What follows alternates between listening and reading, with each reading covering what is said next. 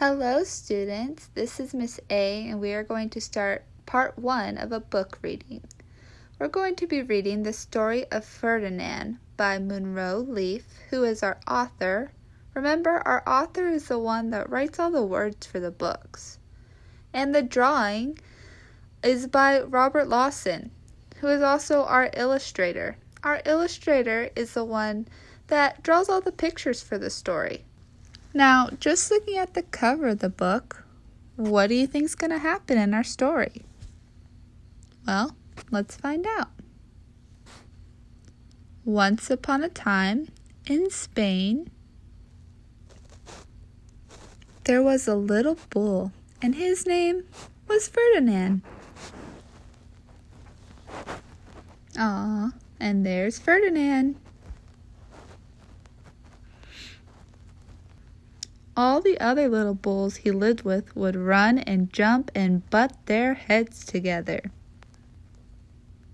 And there's all the other little bulls playing, running around and butting their heads together. But not Ferdinand.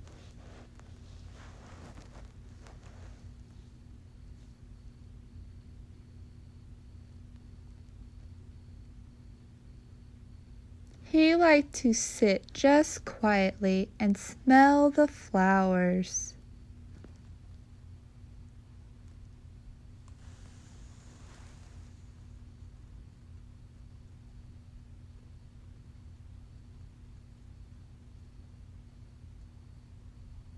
He had a favorite spot out in the pasture under a cork tree.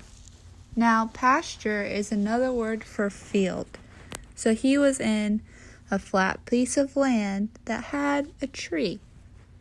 It was his favorite tree, and he would sit in its shade all day and smell the flowers. And there he is, watching his friends play while he's in the shade.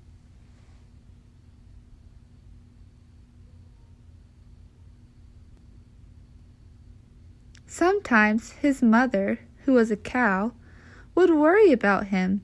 She was afraid he would be lonesome all by himself. Do you think she should be worried that he's all by himself, or do you think he likes to be by himself?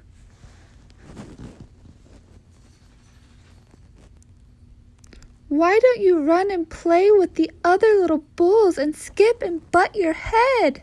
She would say. But Ferdinand would shake his head. I like it better here, where I can sit just quietly and smell the flowers.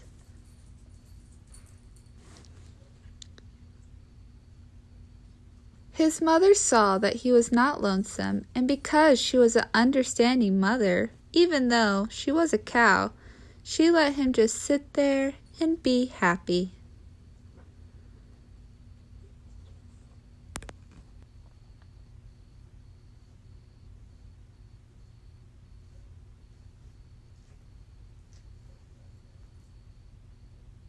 As the years went by, Ferdinand grew and grew until he was very big and strong.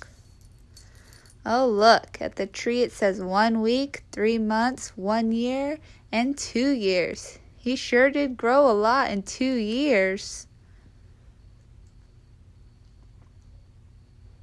All the other bulls who had grown up with him in the same pasture would fight each other all day. They would butt each other and stick each other with their horns. What they wanted most of all was to be picked to fight at the bullfights in Madrid. And there they are, looking at the poster for the bullfight. But not Ferdinand. He still liked to sit just quietly under the cork tree and smell the flowers. And there's Ferdinand, still under his cork tree. One day, 5 men came in very funny hats to pick the biggest, fastest, roughest bull to fight in the bullfights in Madrid.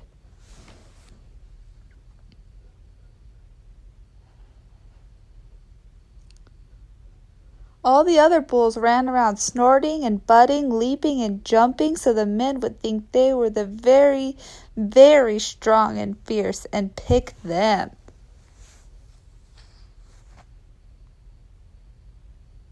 Ferdinand knew that they wouldn't pick him, and he didn't care. So he went out to his favorite cork tree to sit down.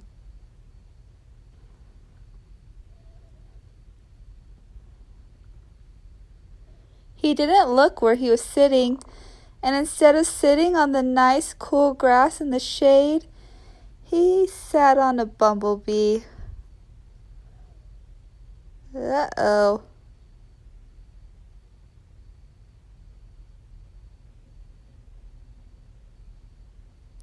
Well, if you were a bumblebee and a bull sat on you, what would you do? You would sting him, and that is just what the bee did to Ferdinand.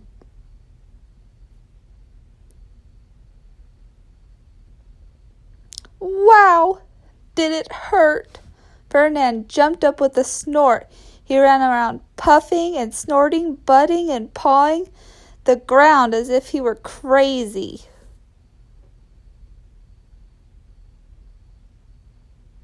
The 5 men saw him, and they all shouted with joy.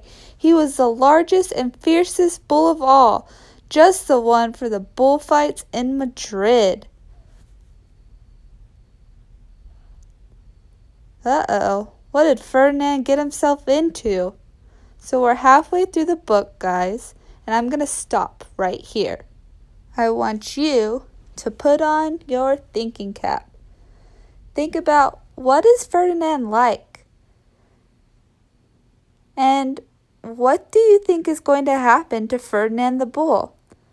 Me and Miss McMorris will leave something for you to put your answer.